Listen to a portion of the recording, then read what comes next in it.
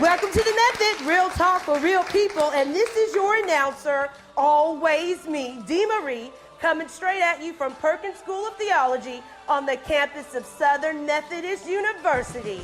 And if you're excited like I am to be here, let me hear you make some noise. This episode of The Method is sponsored by Better Community Development Incorporated, The Business Experts, Denman Hamilton and Associate CPAs, and St. Andrew United Methodist Church, Little Rock. It's time for the talking to begin, y'all. Welcome to The Method, real talk for real people. Again, welcome to The Method. I'm Dee Marie, and I'm holding it down for our host for this episode, Ms. KV Knox. She's not able to be here today because she's in Arkansas working hard to make our world a better place, one person at a time. She really hates that she couldn't be here at this moment, but she's making plans to be with us later this month to host a poetry slam that is being supported by the Perkins Student Association under the direction of Miss Emily Robinette. For housekeeping's sake, I must say that The Method, Real Talk for Real People, is an Opportunity Knox production, and the opinions expressed during this program are exclusively those of the participants and not that of Perkins School of Theology or Southern Methodist University. I'm being allowed to have this open conversation as a student of Perkins School of Theology, and I'm grateful to the Perkins community to be able to have this conversation. So please give yourselves a hand. I know that our listeners in Arkansas will appreciate your insight and words. I hope behind all of this opens up the lines of communication for living in holistic communities in Arkansas as well as abroad. So it's customary on The Method that we start each show with wise quotes from famous people to introduce the topic. And here are a few quotes by famous people about the subject of racism. We have to talk about liberating minds as well as liberating society. That comes from Ms. Angela Davis. By the 1960s, many of us believed that the civil rights movement could eliminate racism in America during our lifetime, but despite significant progress, racism still remains. That's from Bill Cosby. My favorite quote is from Dennis Leary, and it goes like this: "Racism isn't born, folks, it's taught. I have a 2-year-old son. I know that he hates naps." End of list. And our last quote, yeah, it's funny. And our last quote comes from my favorite rapper, not our favorite rapper, but my favorite rapper, Jay-Z. He says, "It's very hard to teach racism to a teenager who's listening to rap music and idolize, say, Snoop Dogg. It's hard to say this guy is less than you when the kid is like, he's cool. How is he less than me?" And those are Mr. Carter's words. I would like to open up the floor for a minute to get some feedback on some personal reflections on the quotes that I've just read, or if someone wants to share about their personal definitions of racism. I was going to ask you to say the Cosby quote again, and then what was the last one?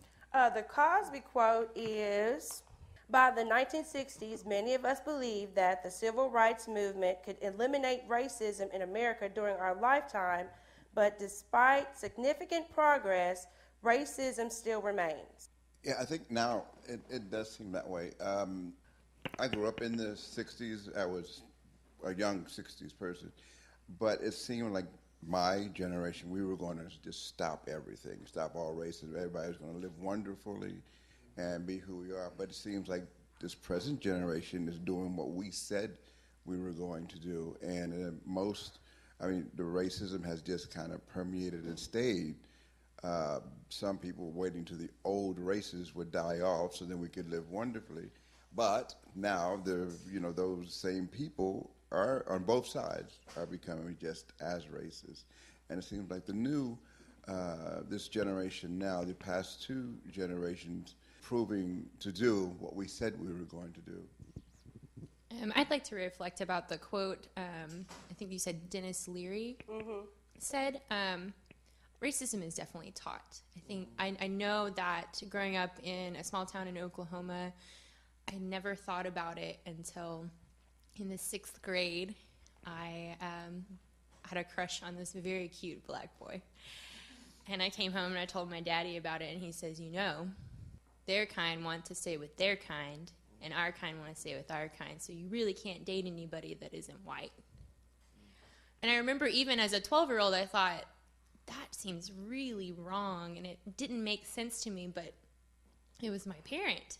And so I carried the authority of that message with me until I sort of became more grounded in myself and more assured of what I thought the world should be like, and until I was taught differently at school and at church. So I think that what we have to do is sort of counteract that teaching wherever we can do so. I think it's actually really interesting that you bring up that happened when you were 12, because we talk about how it's a taught behavior. It's not something that you're born with. But for a lot of people, it almost is something that they're born with because it's taught, basically in the cradle. And I think that's where we start to see a huge problem, is when you have people indoctrinating, little babies with these ideas, and then we don't have systems like churches and schools that help to fight those as they get older. So I think in ways it almost can be a quote-unquote born idea. All right, well, we're very grateful to be here, and we have to pay a few bills and offer up a few words from our sponsors. But before we go to break, I have to ask a question. Hey, do you like the method? Woo! Like the method? Then follow us all the time. Like the method on Facebook, hit us up on Instagram, or follow us on Twitter at The Method Podcast. It's easy. By doing this, you are empowered to ask our empowerment guests questions, give us immediate feedback on the show, gain access to empowerment information, see listings of the music used for the show, and post pictures and shout-outs. We look forward to your posts and tweets. Thanks for supporting The Method. Real talk for real people. This empowerment message is sponsored by Better Community Development Incorporated. When we disagree and have feelings that are hurt, it is really hard to make peace with the person that hurts you. So if you're in that situation, here are some suggestions that you may want to consider if you want to reconcile. The first thing you might want to consider is getting to the heart of the issue. Second, we need to own up to our mistakes. And finally, we have to identify ways to make things better. This is your announcer, always me, Dee Marie, and I'm so glad that Better Community Development Incorporated supports the method, Real Talk for Real People. This empowerment message is sponsored by the business experts, Denman, Hamilton and Associates, CPAs. When it comes to making sound financial decisions, it's good to start financial empowerment as soon as possible. Maybe you could start with a budget and stick to it. It's always good to buy things on sale, and most importantly, invest your money. Make an appointment with the business experts. This is Emily Robnett, Master's of Divinity student at Perkins School of Theology, and I am glad to know Denman, Hamilton and Associates supports the method, Real Talk for Real People. This empowerment message is sponsored by St. Andrew United Methodist Church. Here are some suggestions that you might want to consider when reaching out to others. First, you have to care about people no matter who they are. And then you have to go where they are. And most importantly, you have to respect others. Respecting others is very important. This is Peter, Master's of Divinity student at Perkins School of Theology, and I'm glad to know that St. Andrew United Methodist Church supports the method, Real Talk for Real People. All right, we're back, and we're grateful to be here. You're listening to the Method, Real Talk for Real People, and I have a few brave friends of mine who are African American theological students here that are willing to engage us in a conversation for this segment. But before I get started, again, I just want to thank you all for supporting this conversation, this important conversation that we need to have today.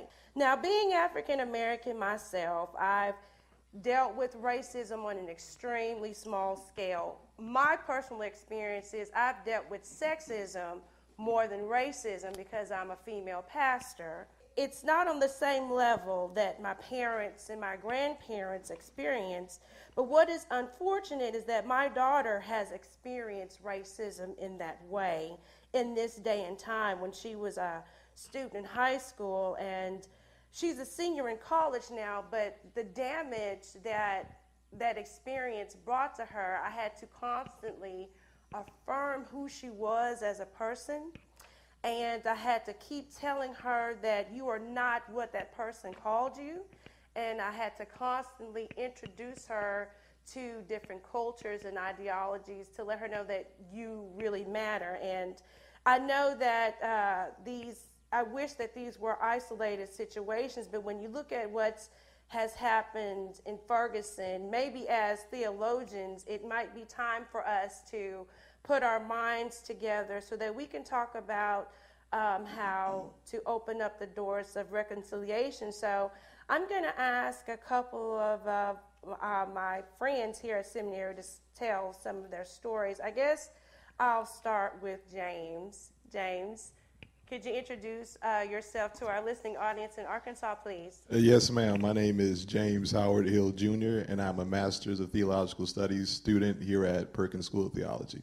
All right. Now, James, as an African American, and I know we're both writers and Christian journalists to that nature, and you are a correspondent for the Huffington Post. Now, as an African American, do you believe that the particular publication that you have written for, do you think that they portray African Americans in a non-biased manner, and if so, how?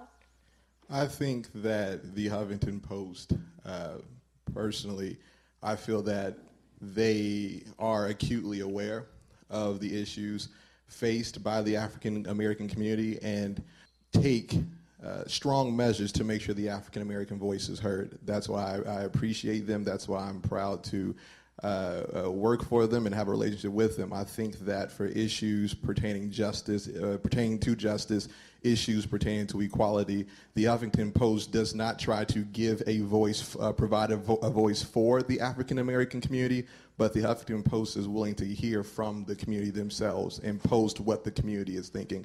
And I think that that's very important for these dialogues, not to provide a perspective for the community. Don't send one of your correspondents to Ferguson to say what's happening in Ferguson, but have someone from Ferguson write to your publication and give you the perspective from the ground. I think that we need a ground perspective, and the Huffington Post oftentimes provides that ground perspective, and for that I'm very appreciative to them for that. Oh, okay. So, and this is open up to anybody, in general, do you believe that African Americans, or even not just us, but people of different cultures, are portrayed in a biased way in the media? Because it goes beyond African American perspective when it comes to that. It really does.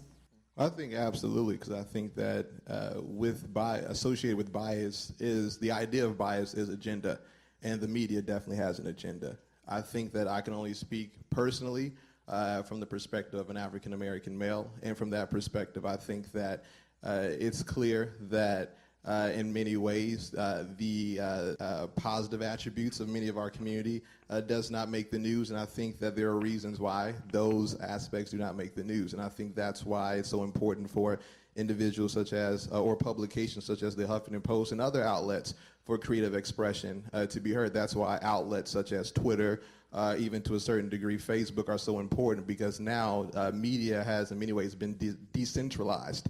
40, 50 years ago, you had, 4 or 5 stations, and all your news came from 4 or 5 stations. Now, if you have an account and a password, everybody's a local reporter. So I think we saw that with issues such as Ferguson. I think we're seeing that with issues such as the Jordan Davis case in Florida, as well as the John Crawford case in Ohio. Though from a media standpoint, little attention has been given to it, you can see that these issues have remained at the forefront of the public consciousness because the people on the ground will not allow their voice to be silenced, even when major media outlets ignore those voices. Thank you, James. That was a wonderful response, and I'm going to ask my roommate Maury. We're roommates and sisters and all that other stuff, and we have really great conversations about life and what it means to be African American. But people don't know she's a well-traveled world traveler, and I wanted her to share her story about her experiences in some of her world travels. Thank you, Dina. I grew up in a predominantly African American community, predominantly disadvantaged in the way of socioeconomic position.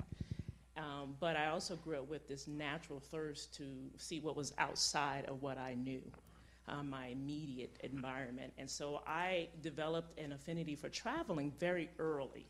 And so it was my goal in life to go to as many places as I could possibly go and experience as many different cultures as I could possibly experience. And so I have been outside of the poles themselves, that meaning the North and South Pole, to just about every continent.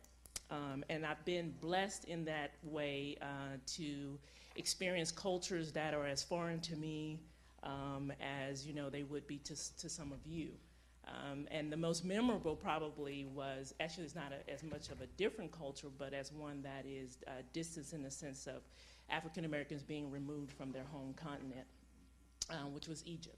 And I've been to North Africa and I've been to South Africa, and I've had the advantage of seeing different cultures on the continent itself.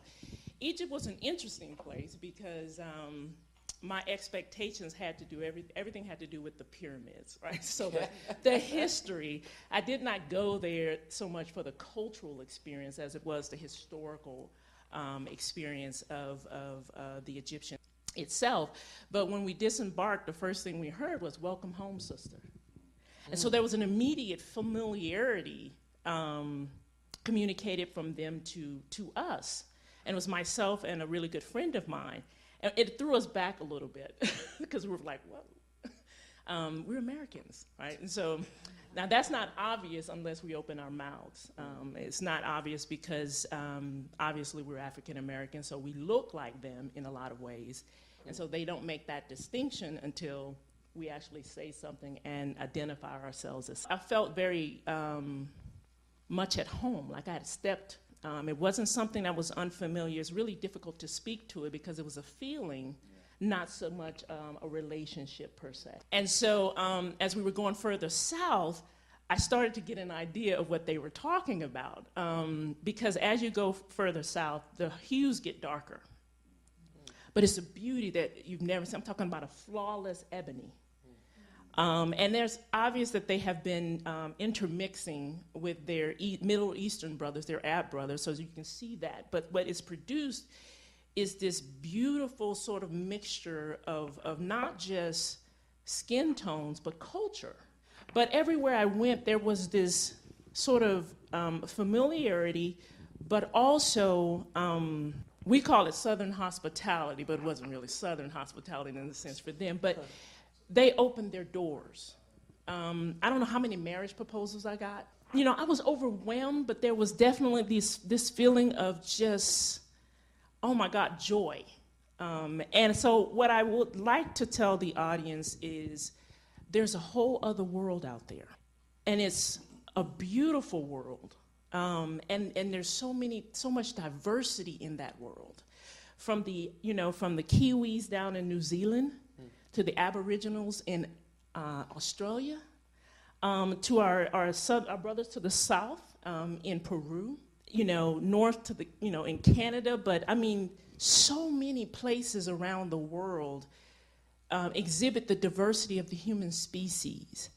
And they are absolutely fascinating.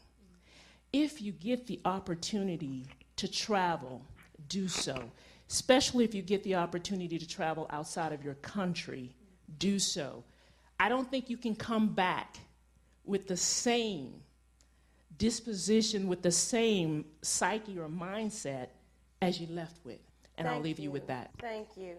We're so grateful to be here, and we'll be back after these messages. You're listening to The Method, real talk for real people. This empowerment message is sponsored by St. Andrew United Methodist Church. Here are some suggestions that might be helpful if you want to make new friends. It's always good to greet people with a smile.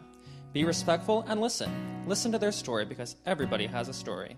This is Roy, Master's of Divinity student at Perkins School of Theology, and I am glad to know that St. Andrew United Methodist Church supports The Method, real talk for real people. This empowerment message is sponsored by St. Andrew United Methodist Church. At St. Andrew, we appreciate the gift that diversity brings, so we like to give a few suggestions on how others can accept diversity in their local communities.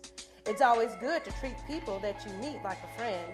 And while getting to know that person, it might be good to find out what you have in common. And finally, realize that people matter and their ideas and cultures can add meaning to our own lives. This is Dina Hamilton, Masters of Divinity student at Perkins School of Theology, and I'm so glad that my family of faith supports the method, Real Talk for Real People. All right, we're back. We've been having a very deep and meaningful conversation, and at this point in history, I feel like it personally needs to be done, and at this time, I'm going to just pretty much open up the floor for just discussion and conversation. One question that I have that I would like somebody to address, is for those of us that are going to be pastors, because even though you go to seminary, all of us are not going to seminary with the intention to be a pastor. Some of us are going to be professors, directors, public administrators to that nature, but we all know that we're going to be in ministry and we're going to be dealing with the public.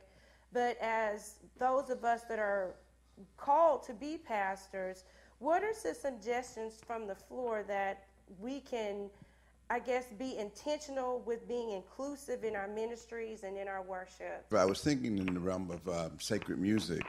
Music also drives the church, and I was just named music director at a church in Garland that needs a lot of healing. The neighborhood is changing. The pastor is a black woman in a neighborhood that's not a black woman neighborhood. So there's a lot of things that are happening, but you still have to be inclusive and understand that as we move forward, we still have to understand, maintain, and celebrate the cultures that are already there. Not to the point where that's what it's going to be, but like a multicultural type service, and that's really a challenge, but a wonderful challenge to make sure that everyone is heard every Sunday. Thank you, Charles.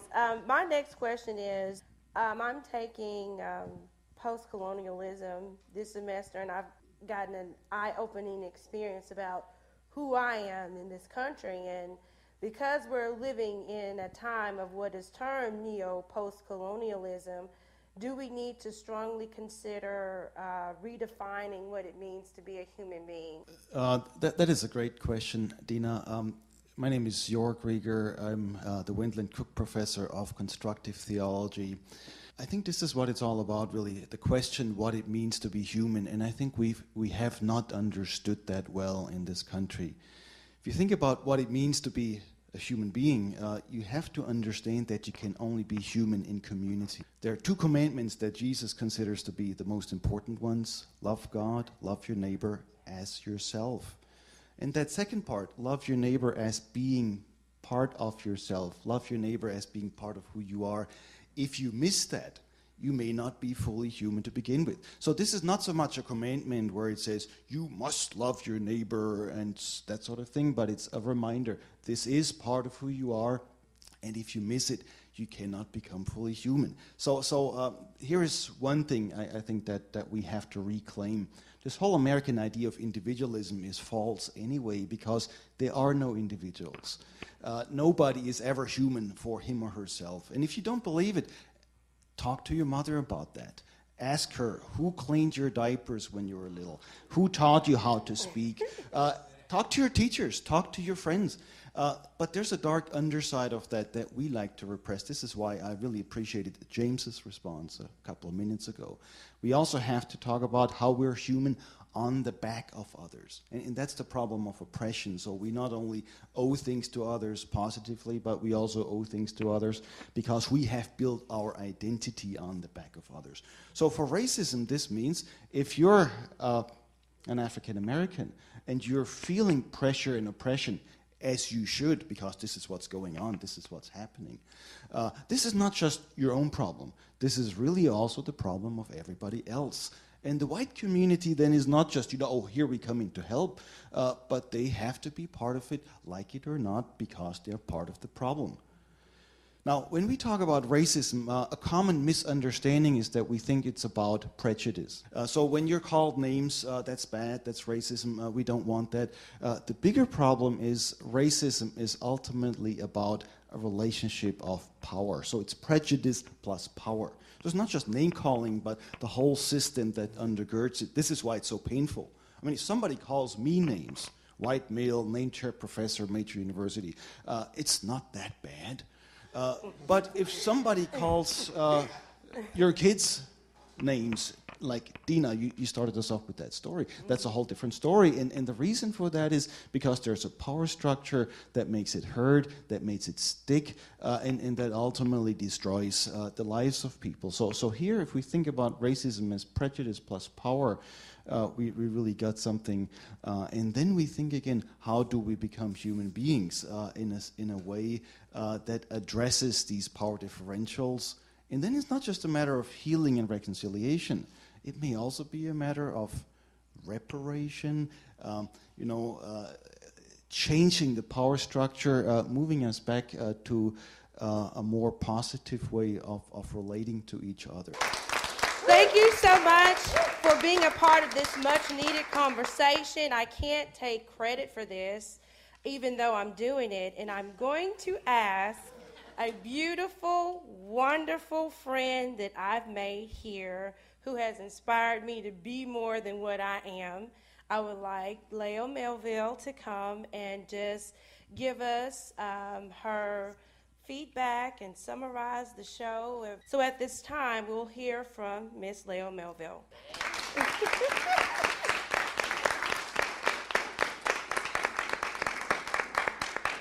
It's a wonderful thing to be called a seminarian. It's an opportunity to say out loud that we choose to love God. We've talked about a lot of difficult things today, and we have a lot more to talk about. But we get to say we choose to love God.